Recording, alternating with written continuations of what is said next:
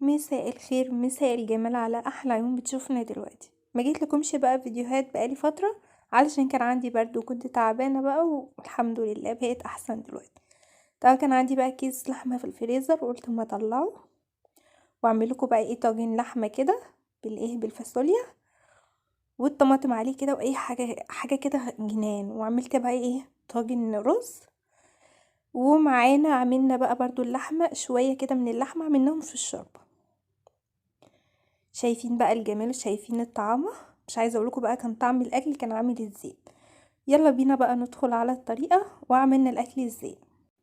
هنا بقى كان معايا كيلو لحمه، كنت مطلعاه طبعا في الفريزر زي ما قلت لكم، وسبته ايه برد حاجه بسيطه، وكانت متلجه بقى وتلجت ايديا وانا بقطعها. طبعا قطعتها، مسكتها بقى قطعتها قطع صغيره زي ما انتوا شايفين كده.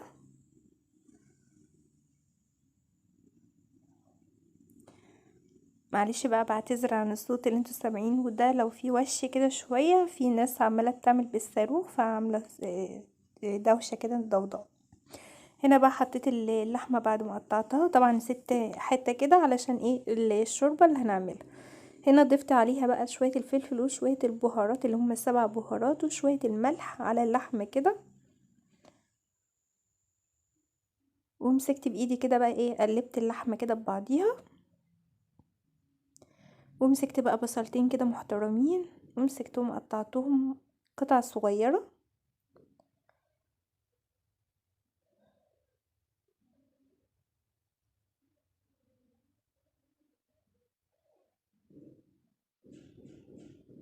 على فكرة انا اساسا سريعة في تقطيع البصل، بقطع البصل بسرعة. ومعانا بقى هنا فصين توم، بس طبعا ما رضيتش اجيب لكم بقى ايه وانا بعمل بقطع وكده عشان ايه ما تملوش. فانا مسكت بقى قطعت فصين التوم كده بالقطع الصغيرة زي ما انتوا شايفين. ومسكت ضفت تاني شوية ملح وشوية فلفل وشوية بهارات. السبع بهارات دي تقدري تجيبها من عند العطار، بتقولوا له انا عايزه السبع بهارات. ولو انتوا عايزين تعرفوا ان هي بتنضرب ازاي هتلاقوها موجوده عندكم على القناه، بتتعمل في البيت. ومعانا هنا شويه من الزيت. ولو طبعا اللحمه ما فيهاش دهنه كتير ممكن تحطي برضو شويه من السمنه. انا حطيت برضو بس ما جبتش يعني وانا بحط، وهي محطوطه في الفرن كده طلعتها ورحت ضايفه عليها ايه معلقه من السمنه. هنا بقى حطيت الفاصوليا دي كانت عندي متخزنه في الفريزر. فزي ما انتوا شايفين كده هي متلجة، انا شطفتها شطفة بس رجعت تلجت تاني. الجو ساقع بقى وانتوا عارفين ان احنا في الشتاء. قلبتها بقى في الخلطة ديت كلها، البصلة اللي احنا عملناها باللحمة بالبهارات والتوابل والحاجات اللي احنا حطيناها دي. بعد كده جبنا بقى برام وضفنا فيه الخلطة دي كلها، وهنركنها بقى على جنب لحد ما نضرب ايه طماطم، نضربها في الخلاط كده نعصرها. يعني عملت زي كيلو الا ربع طماطم كده عشان طبعا الطاجن كان كبير.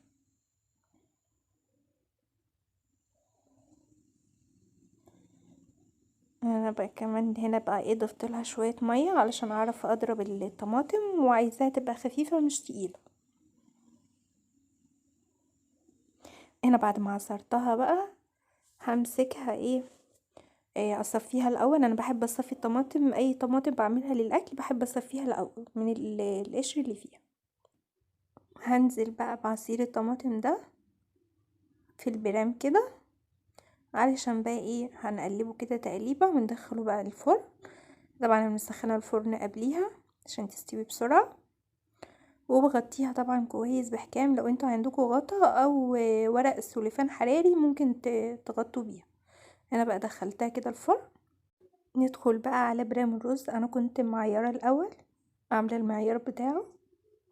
طبعا اهم حاجه في المعيار ان انتي بتسيبي شويه كده من الايه فاضيين، ما يكونش مليان رز. طبعا هنا غسلته وحطيت ضفت شويه سبع بهارات برضو وفلفل وشويه ملح.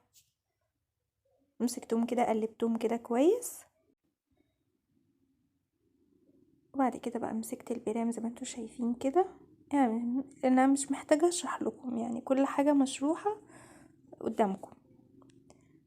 هنا بقى كان عندي لبن، نص كيلو لبن كده، مسكتهم سخنتهم لانهم كانوا في الفريزر.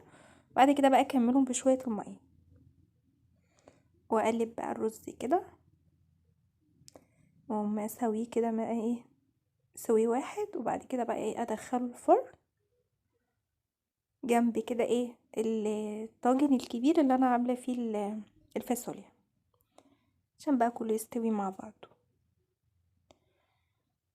هنا بقى جينا عند حته اللحمه اللي احنا سبناها قطع، هنمسكها نقطعها برضو قطع صغيره، علشان دي اللي هنعملها ايه في الشوربه.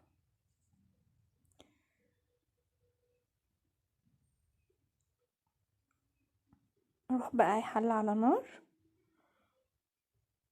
وهضيف عليها معلقتين كبار من السمنه، طبعا عشان اللحمه ما فيهاش دهنه خالص، انا بحب اللحمه تيجي من غير دهون، بحبش الدهون كتيره في اللحمه.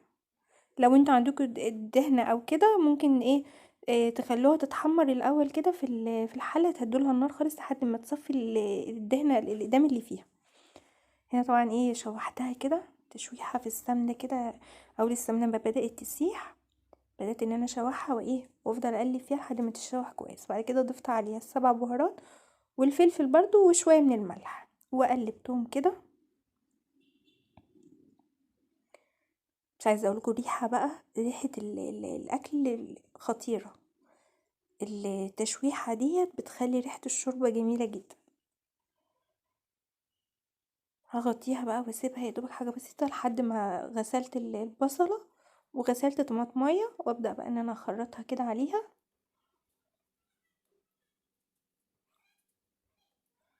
وبرده الطماطميه اقطعها قطع كده،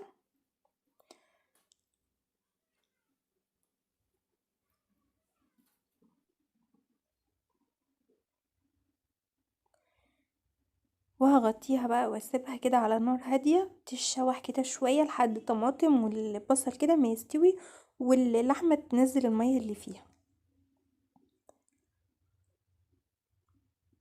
زي ما انتوا شايفين كده نزلت الميه والإدام كله اللي فيها، وبقت تمام تمام. هبدأ بقى ان انا احط عليها شويه من الميه. انا غطيت بقى الحله وسبت اللحمه تستوي. هنا بقى ايه، البرام بعد ما شرب ميته كده واحمر من الوش، ابدا بقى ان انا اسقيه كده بالسمنه، واغطيه واسيبه بقى ايه على نار هاديه ان هو يتلدن يستوي. وهنا بقى جينا لختام الفيديو بعد الاكل كله ما استوى وطلعناه من الفرن. لو عجبكم بقى الفيديو متنسوش تدعمونا باللايك والشير والاشتراك وتفعلوا زر الجرس عشان يوصلكوا اي جديد واي حاجه جديده بننزلها انا واختي. اشوفكم على خير الفيديو الجاي، باي.